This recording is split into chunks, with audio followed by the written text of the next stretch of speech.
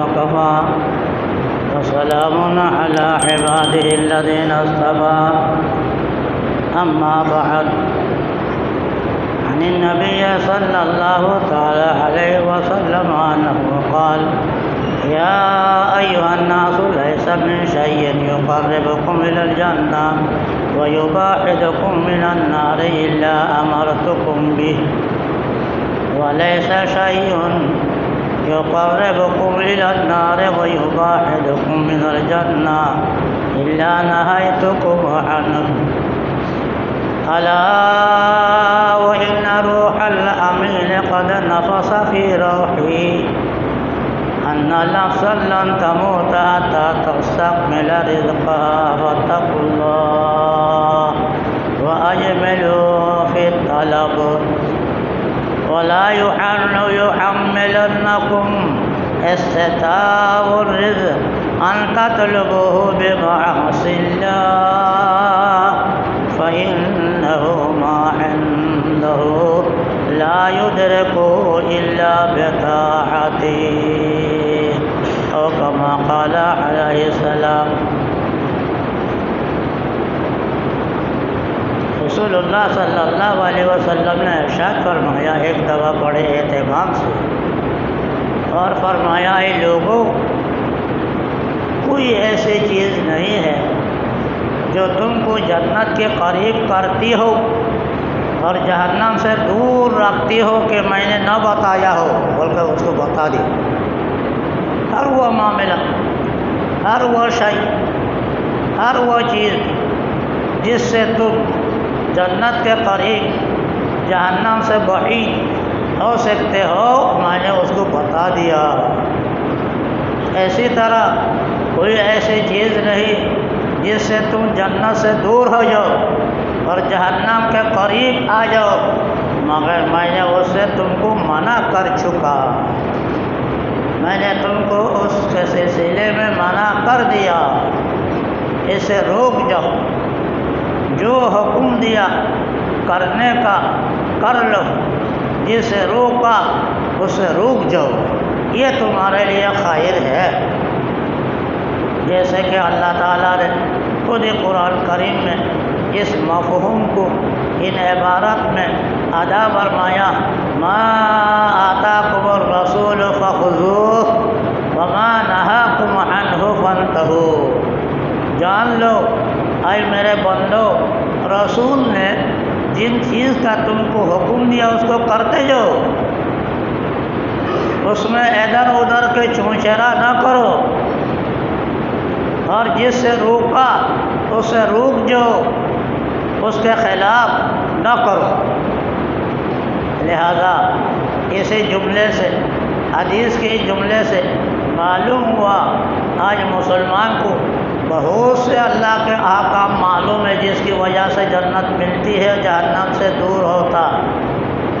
لہذا ایسے کام سے جتنے ہو سکے قریب سے قریب رہو تاکہ جنت قریب ہو جا، جہنم بعید اور دور رہے. اور کوئی چیز ایسی نہیں آج مسلمان نہ جانتا ہو جس سے جہنم سے قریب ہوتا ہو اور جنت سے دور ہو جاتا ہو. ایسے کام سے باز رہو، ایسے کام سے باز رہو کہ جنت سے دور ہونے لگو، جہنم کے قریب ہونے لگو.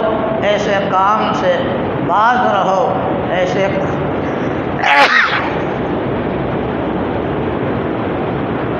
ایسے کام کسی حالت میں نہ کرو. یا اس کو یوں کہو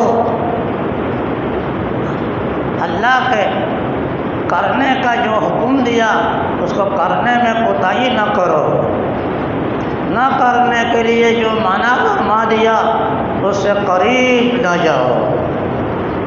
شریعت کے دو طرح کے اعمال ہیں، کچھ کرنے کے کام، کچھ نہ کرنے کے کام. کرنے کے کام کو کسی حالت میں چھوڑو نہیں، نہ کرنے کے کام کے قریب کبھی نہ جاؤ.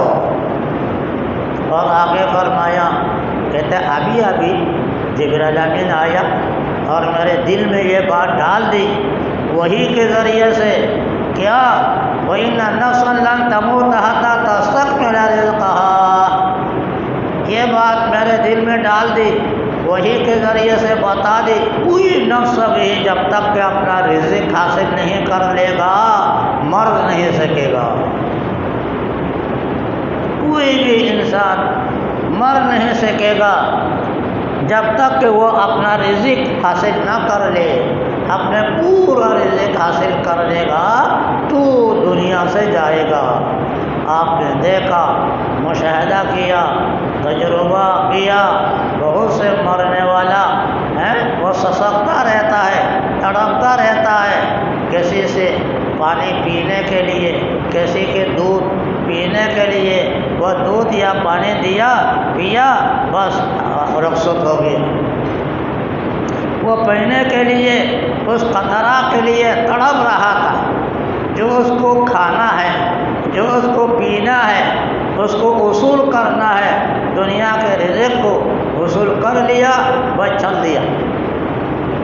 اسے معلوم ہوا میرے دوستوں، میرے بزرگوں، کیا جتنی بھی تم کوشش کرو گے تمہارے رزق جتنا مقدر میں ہے اتنا ملے گا، اس سے باہر ایک ذرہ برابر نہیں ملے گا۔ اللہ نے تمہارے اور ہمارے قسمت میں جتنے رزق مقدر فرما دیا، ہزار کوشش کرو، ہزار کوشش کرو، ہزار کوشش کرو، ہزار کوشش میں دین رات ایک کرو، جائز ناجائز کو ایک کرو، حرام حلال کو ایک کرو، مگر ملے گا اتنا جتنا مقدر میں اللہ تعالیٰ نے فیصلہ کر دیا، اس سے آگے ایک قطرہ نہ کم کر سکو گے نہ زیادہ لے سکو گے۔ دیکھا، جب یہ بات ہے تو انسان حرام رزق کی طرف کیوں تلاش کرے، حرام رزق کے پیچھے کیوں پڑے، ناجائز کام کے پیچھے کیوں پڑے؟ اللہ جل شانہ نے جو جائز حلال اور حرام پسندیدہ معاملہ اللہ نے منتخب فرمایا، اس کے پیچھے رہو، اس کے پیچھے رہو گے بھی وہی ملے گا جو مقدر میں ہے، اور اس کے پیچھے پڑے بغیر جائز ناجائز حرام حلال دین رات ایک کرتے جاؤ گے تو بھی اتنا ملے گا جتنا مقدر میں ہے، اور اس کے آگے نہیں جا سکو گے۔ اور تیسرے جملے میں یہ فرمایا وَلَا يُحَمِّلَنَّكُمْ اسْتِبْطَاءُ الرِّزْقِ، بعض دفعہ رزق آنے میں تھوڑی سی دیر ہوتی ہے، اللہ تعالیٰ کسی کو آزمانے کے لیے اس کے پاس کے رزق جلدی بھیج نہیں دیتا، روک دیتا ہے، اور روک جانے کی وجہ سے وہ اللہ کا بندہ یوں نہ کر حرام طریقے کی طرف چلا جائے۔ حلال رزق آنے میں تھوڑا سا دیر ہو رہی ہے، اور دیر کو برداشت کر لے، برداشت کیے بغیر حرام رزق کی طرف نہ جائے، حرام رزق حاصل کرو گے بھی تو وہی ملے گا جو حلال رزق حاصل کر کے زندگی گزارو گے۔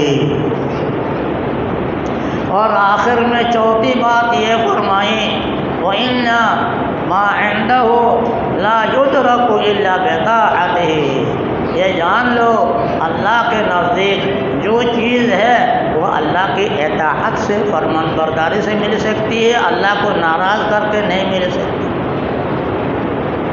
اللہ کے پاس جو رزق ہے بندے کو ملنا ہے وہ ملے گا کیسے؟ اللہ کو راضی کرنے سے ملے گا، اللہ کو ناراض کرنے سے نہیں ملے گا۔ حدیث میں آیا وَإِنَّ الْعَبْدَ لَيَحْرَمُ مِنَ الرِّزْقِ بِالذَّنبِ الَّذِي يُصِيبُهُ، بندہ بعض دفعہ رزق سے محروم ہو جاتا ہے، جو رزق آ رہا ہے اسے رزق سے اللہ تعالیٰ روک دیتا ہے، بِالذَّنبِ الَّذِي يُصِيبُهُ، گناہ کرنے کی وجہ سے۔ جب اللہ کو ناراض کرے گا، اللہ ناراض ہوگا، فوراً بٹن دبا دیا، رزق کو جانے سے روک دیا۔ آپ کون ہے؟ اللہ جس کے لیے رزق کو روک دے، اس کے لیے رزق کو کھول دے، وہ کون ہے؟ کوئی نہیں۔ ما یفتح اللہ للناس من رحمت فلا ممسک لہ وما یمسک فلا مرسل لہ من بعدہ، اللہ نے کسی کے لیے رزق کا دروازہ کھول دیا، بند کرنے والا نہیں، بند کر دیا کھولنے والا نہیں۔ اس کا مطلب یہ ہے اللہ کے شریعت کے مطابق، احکام کے مطابق عمل کرتے جو کام کرنا ہے اس کاموں میں غفلت نہ کرو۔ جو کام کرنا ہے کرنے کے کام میں، بالخصوص نماز میں، بالخصوص زکوٰۃ میں، بالخصوص حج میں کوتاہی نہ کرو، غفلت نہ کرو۔ غفلت کر کے رزق کے تلاش میں پیچھے پڑتے رہو گے، یہ کروں گا، یہ کروں گا، یہ ہوگا، وہ ہوگا، یہ تمہارے لیے بہتر نہیں۔ تم جنت کے قریب تھے، اب جنت سے دور ہوتے چلے جا رہے ہو۔ ایسے کام نہ کرو کہ جنت سے دور ہو جاؤ اور جہنم کے قریب ہو جاؤ۔ دیکھا رسول اللہ صلی اللہ علیہ وسلم نے جامع معنی احکام بتا دیا۔ اب ہمارا تمہارا کام یہی ہے کہ ہم اس کے مطابق عمل کرتے رہے۔ جو اللہ کا بندہ اللہ کے اس احکام کے مطابق عمل کرے گا وہ پسندیدہ بندہ، مقبول بندہ ہو جائے گا، اللہ کا مقرب بندہ بنے گا۔ مقرب بندہ بن کر دنیا میں زندگی گزارو، خوش رہو گے اور ایمان کے ساتھ تمہارا خاتمہ ہوگا اور آخرت کا معاملہ بھی تمہارے لیے آسان۔ اور اللہ کو ناراض کرو گے پھر کیا ہوگا؟ اللہ کو ناراض کر کے کچھ نہیں بگاڑ سکو گے اللہ تعالیٰ کو، بلکہ اس کا وبال تم پر پوچھے گا۔ رزق کے بارے میں، عزت کے بارے میں، دولت کے بارے میں، زندگی کے بارے میں قدم قدم پر پریشان، قدم قدم پر پریشان، قدم قدم پر پریشان رہو گے۔ اللہ تعالیٰ اس حقیقت حال کو سمجھنے، اس کے مطابق عمل کرنے کی توفیق عطا فرما دے۔